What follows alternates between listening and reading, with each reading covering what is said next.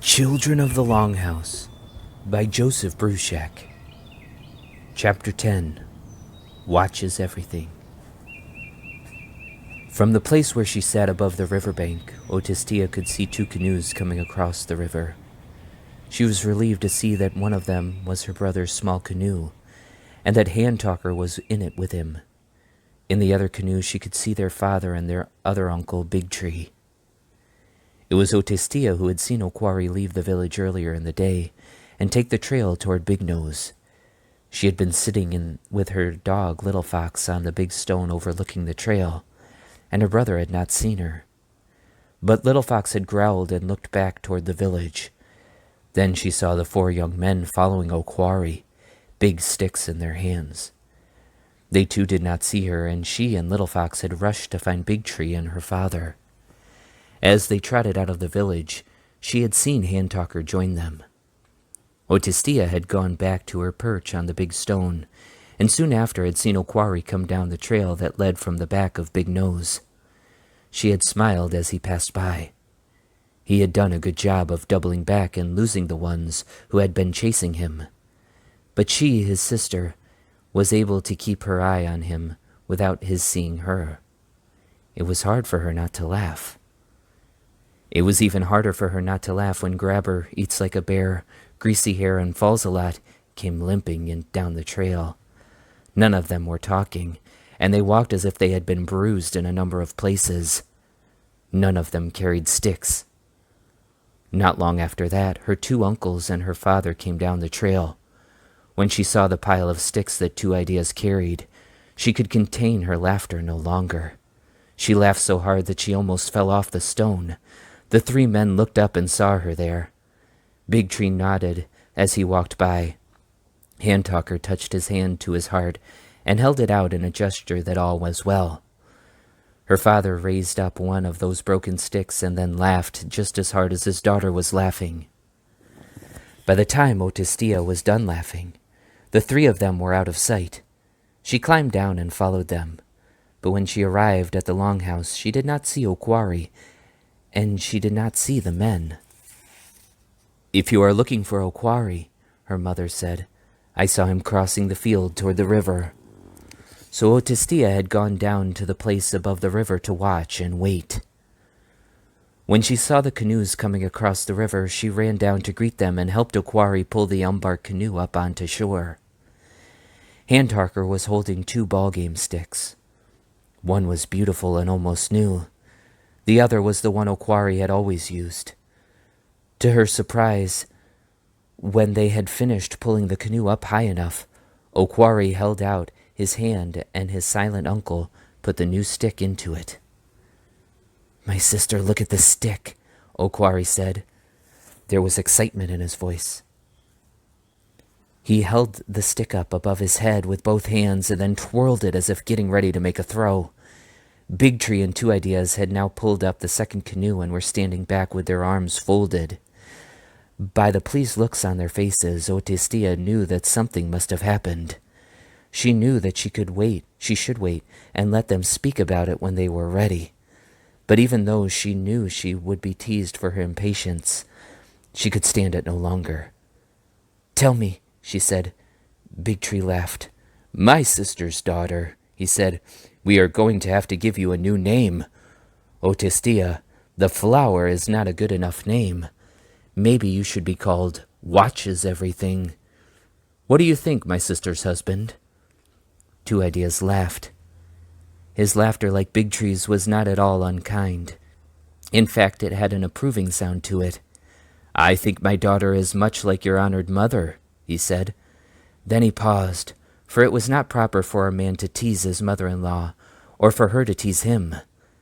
"By this," Two Ideas said, no longer laughing, "I mean that my daughter is one of those who always seems to know what is going on in our village, just like her grandmother." Hand-Talker's laughter was in his eyes, but he was the one who answered Stia's question. He made the signs with his hands for storm clouds, and for voice, and for giving a present.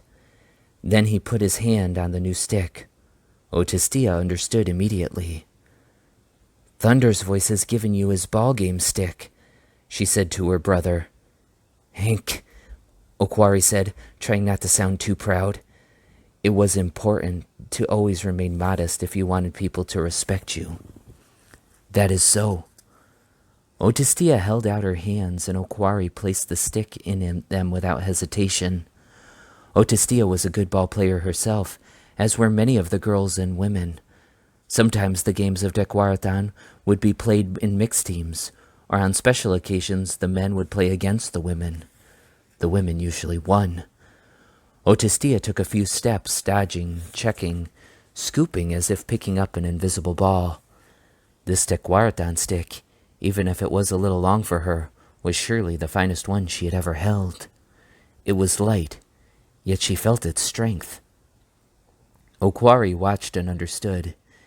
Anyone who knew how to play the ball game would find it hard not to begin to imagine the game going on when they held that stick in their hands. That stick wanted to play ball. Perhaps the stick was even more eager to play because it had been wrapped up and put away for so long.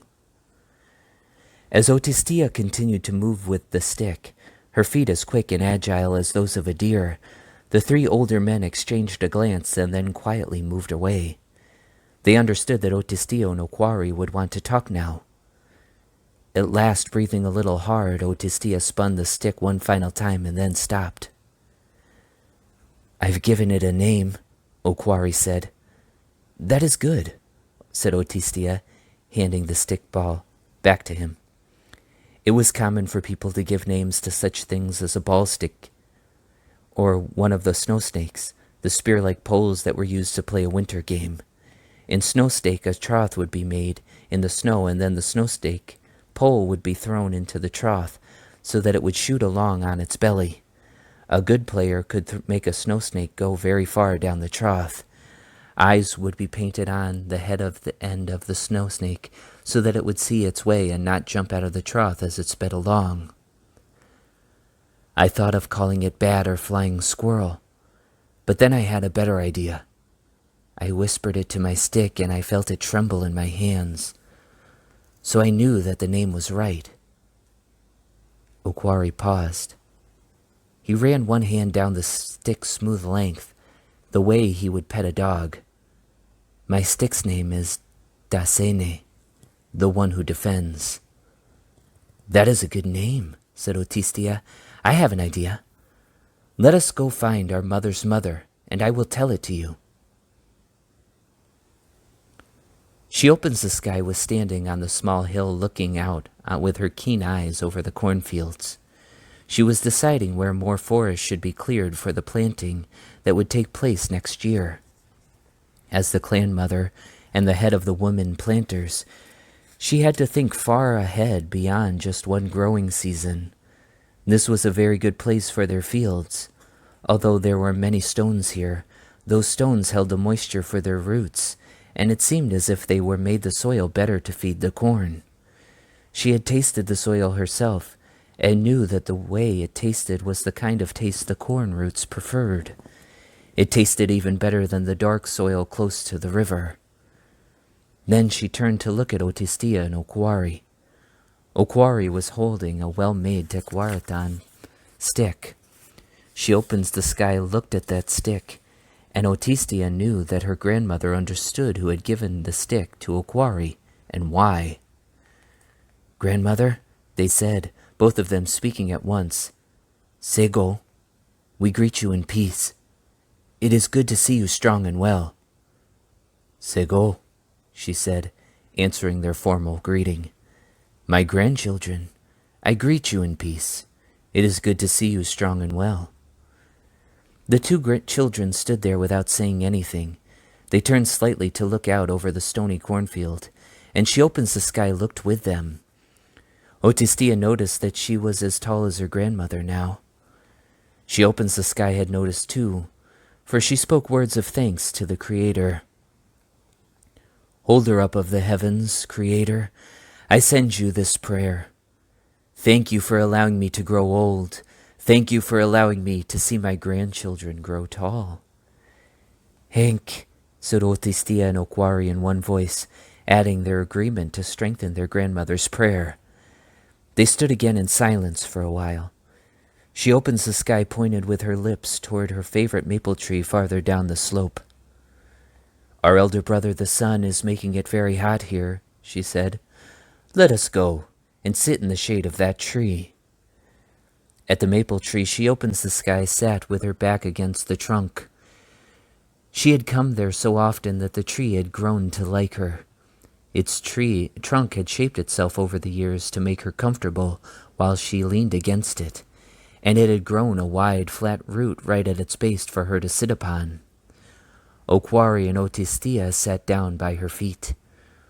Okwari was using the butt end of his new stick to make shapes in the earth near his feet.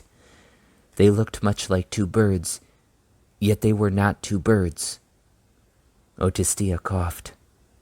"Our grandmother," she said, "you know that tomorrow my brother will play Jaguartan as an old man."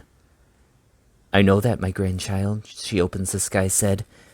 "It will not be easy for my brother tomorrow. I know he is a good ball player, but he will be the one of the smallest on the field. He will need help. So I thought of this way that I could help him." Otistia looked over at her brother. She was still looking down at the ground, at the shapes he was making with his stick. Without looking up, Okwari spoke. "Grandmother, you know the story of the ball game between the animals and the birds? It is a story that our mother told us." "I know the story," she opens the sky said.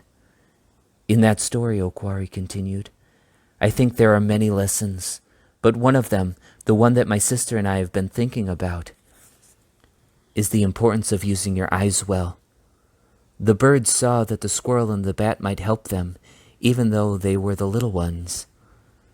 And because the squirrel and the bat could see so well, even when it was getting dark, they were able to help. That is why you have come to you, my grandmother," Otistia said. She unfolded the bundle she had been holding, and she opens the sky saw that it contained paints. "No one can draw pictures better than you can. We ask you to help us. It is very important to be able to see well when you play Tequardan.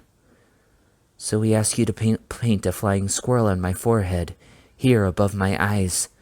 We ask you to paint a bat on my brother's forehead. Then, when he is playing, it will be as if I am with him on the field. My eyes and the eyes of the bat and the flying squirrel may help him to see better." "Grandchildren," she opens the sky said, reaching out her hands to take the paints. "I will do this for you. I will give you the eyes of the bat and the flying squirrel tomorrow morning, before the game begins."